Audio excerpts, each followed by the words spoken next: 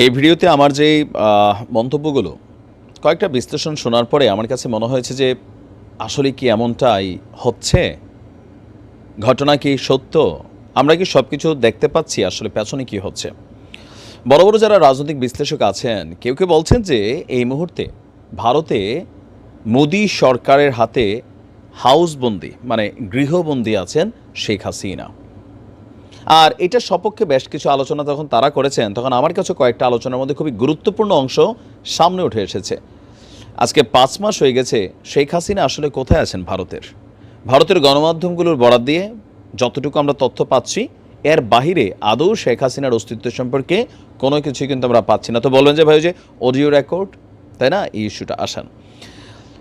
প্রথম দিকে যেই অডিও রেকর্ডগুলো ফাঁস হয়েছে প্রথম দিকে এগুলো এক রকমের ছিল, কিন্তু সর্বশেষ যুক্তরাজ্যে আওয়ামী লীগ কর্তৃক একটা বড় ধরনের কনফারেন্স হয়েছিল, বিশাল একটা প্রোগ্রাম হয়েছিল। সেখানে শুধুমাত্র যুক্তরাজ্য না, ইউরোপীয় বসবাসকারী, আমেরিকাতে বসবাসকারী অনেকেই সেই প্রোগ্রামে উপস্থিত হয়েছিলেন। এমনকি কথা ছিল সেই প্রোগ্রামে ভার্চুয়ালি অংশগ্রহণ করবেন শেখ হাসিনা। তো তিনি অংশগ্রহণ করেছেন, কিন্তু মজার বিষয় হচ্ছে তিনি অডিও কলে অংশগ্রহণ করেছেন। একটু আশ্চর্য মনে হচ্ছে না যে কেন শেখ হাসিনা সেই কনফারেন্সের মধ্যে অডিও কলে আসলে কানেক্ট হলো?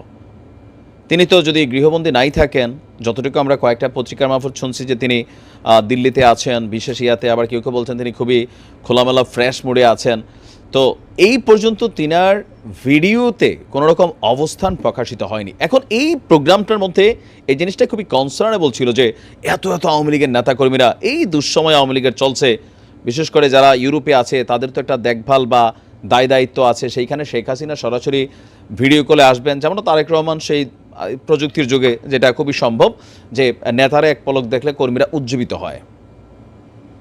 কেন শেখ হাসিনা সেই প্রোগ্রামে তিনি আসলে ভিডিও কনফারেন্সে আসলেন না? অডিও কলগুলো নিয়েও নানান ধরনের মন্তব্য আছে। আমার কাছে কিছু কিছু মন্তব্য যৌক্তিক মনে হয়েছে। যেমন ধরেন, ভারতের সাথে শেখ হাসিনার সম্পর্ক মানে ভারত জানাওয়ার কিন্তু প্রথম দিকে নিয়ে গেছিল, পরবর্তী সময়ে নানান কারণে মানে সর্বশেষ দিকে এসে মোদির সাথে সম্পর্কটা খুব বেশি পজিটিভ ছিল না। মেইন রিজন হচ্ছে এই 2024-এ যে নির্বাচন করে আওয়ামী লীগ ক্ষমতায় আসছিল, পাশ করার পরপরে তিনি চীন সফর করেছিলেন এবং তার এই চীন সফর ঘিরে একটা বিরূপ প্রতিক্রিয়া ভারত দেখিয়েছিল। চীনের সাথে বেশ কিছু চুক্তি ছিল, পদ্মা সেতু থেকে শুরু করে অনেক কিছু কিন্তু চীনের মাধ্যমে করেছে। এটা নিয়ে ভারতের একটা নাখোশতা অনেকেই বলেন যে ছিল। ইভেন এই সরকার পতনের পেছনেও একটা বড় ভূমিকা ভারতই খোদ করেছে। তো তাহলে ভারত কেন আশ্রয় দিয়ে রেখেছে? এটা একটা বড় ধরনের প্রশ্ন। তাকে তো ফেরত দিচ্ছে না। এখন শেখ হাসিনাকে আটকায় রেখা একটা গেম তো ভারত খেলতেছে। মানে এগুলো আমার ব্যক্তি মতামত, সামহাউ কিছু মতামত শুনি বা কিছু পড়ি আর্টিকেল, দেন মনে হয় যে কোথাও না কোথাও তো একটা কিন্তু আছে। আসলে ভারত শেখ হাসিনাকে নিয়ে কি বাংলাদেশকে একটা ওয়ান কাইন্ড অফ জিম্মি টাইপের খেলা খেলছে? জিম্মি টাইপের খেলাটা কিভাবে খেলছে যদি আমি বলি, রানিং সরকারকে কন্ট্রোলে নেওয়ার জন্য শেখ হাসিনাকে ভারত রাখা জরুরি। যেমন ধরেন, টুস করে ঢুকে পড়বো, সারা বাংলাদেশের মধ্যে ভয়টা, এই মিছিল মিটিং এই সেই আন্দোলন শুরু হয়ে গেল, মানে অন্তর্বর্তী সরকার ভয় পাচ্ছে। এখন যদি শেখ হাসিনাকে ফেরত পাঠাইয়াই দেয়, তিনি চলে আসেন, গ্রেপ্তার হবেন, জেলে আছেন, ঘরের মেয়ে ঘরে আছে, সরকারের জন্য টেনশনের কিছু হবে না। যতক্ষণ পর্যন্ত তিনি সীমানার বাইরে আছেন টেনশন তো কাজ করবেই। কখন শেখ হাসিনা ঢুকলো রে, কখন আওয়ামী লীগ আবার রাজপথে নামলো রে। অন্তর্বর্তী সরকারের মধ্যে কিন্তু এই ভয়টা আছে। সমন্বয়কদের মধ্যে 100-তে 150 আছে না? আছে। কেন? আওয়ামী লীগ রিটার্ন করলে সবার আগে যাদেরকে শায়েস্তা করবে এরা হচ্ছে সমন্বয়ক। এমনকি একজন না, এদের ফুল ফ্যামিলি পর্যন্ত আওয়ামী লীগ কিন্তু ঘটনা ঘটাবে, এটা হচ্ছে খুবই বাস্তবতা। তো এখন এই যে ডর ভয় এগুলা দেখানো সম্ভব শুধুমাত্র যতক্ষণ শেখ হাসিনা বাংলাদেশের বাহিরে আছেন। এখন শেখ হাসিনাকে সেখানে রেখা অন্তর্বর্তী সরকারের সাথে, আপনি দেখেন আমাদের বেশ কিছু রাজনৈতিক দল বারবার বলছে ভারতের সাথে কী কী চুক্তি আছে সব প্রকাশ করেন, কিন্তু এখন পর্যন্ত আপনি দেখছেন গত 5 মাসে কোনো চুক্তি প্রকাশিত হইতে? ভারতের সাথে কোনো রকম মানে ওই ইন্টারনেট একটা, এই ইন্টারনেট খালি বাংলাদেশের উপর দিয়ে যাইতে দিব না। এছাড়া বাকি যেই জিনিসগুলো আছে আপনি কোথাও কোন জায়গাতে আপনি গ্যাপ দেখছেন? বড় ধরনের ডিল, চুক্তি, ট্রানজিট এ টু জেড কোথাও না। আমাদের সরকার খুবই ওচা চোড়া গলায় ভারতের বিরুদ্ধে কথা বলতে পারতেছে না। আবার মোদি আরেকটা খেলা খেলতেছে, ডক্টর মোহাম্মদ ইউনূসের সাথে সে কথা বলছে না। মানে সব কিছু মিলাইয়া একটা গেম তো ভারত খেলতেছে মনে হচ্ছে। ইভেন আমি যতটুকু আমরা বুঝি যে আওয়ামী লীগের যে সকল নেতারা ভারতে এই মুহূর্তে পলায়নরত আছেন, এদের অনেকেও কিন্তু হালকা ঝাপসা দেখা যাচ্ছে। ওইখানেও নিশ্চয়ই একটা অর্থনৈতিক লেনদেন, বাণিজ্য, ধান্দাবাজি আছে। ভারত যথেষ্ট করাপ্টেড একটা দেশ, বাংলাদেশের থেকে কোনো অংশ কম না। ভারতের টার্গেটের মধ্যে অন্য কিছু আছে। ইভেন শেখ হাসিনাকে বাংলাদেশে আদৌ আর ফিরতে দিবে কিনা ভারত, তিনি চাইলেও আর ফিরতে পারবেন কিনা, সেইটাও একটা প্রশ্ন। কারণ তিনি যদি ফিরে আসেন, হ্যাঁ, এতে ট্রাম্প কার্ডটা হাতছাড়া হয়ে যাবে, বাংলাদেশ স্থিতিশীল থাকবে। কেন? যেমন খালেদা জিয়াকে শেখ হাসিনা তিনি জেলে রেখেছিলেন, তাই না? তো তিনি যদি দেশের বাইরে থাকতেন, আওয়ামী লীগ এই ভয়টা পাইতো সামহাউ। এখন যতক্ষণ পর্যন্ত এটা আউট অফ গ্যালারি, দেন একটা টেনশন, পরবর্তী সময় বিএনপি আসলে একটা টেনশন, নানান ধরনের একটা অস্থিরতা কিন্তু তৈরি হয়ে আছে।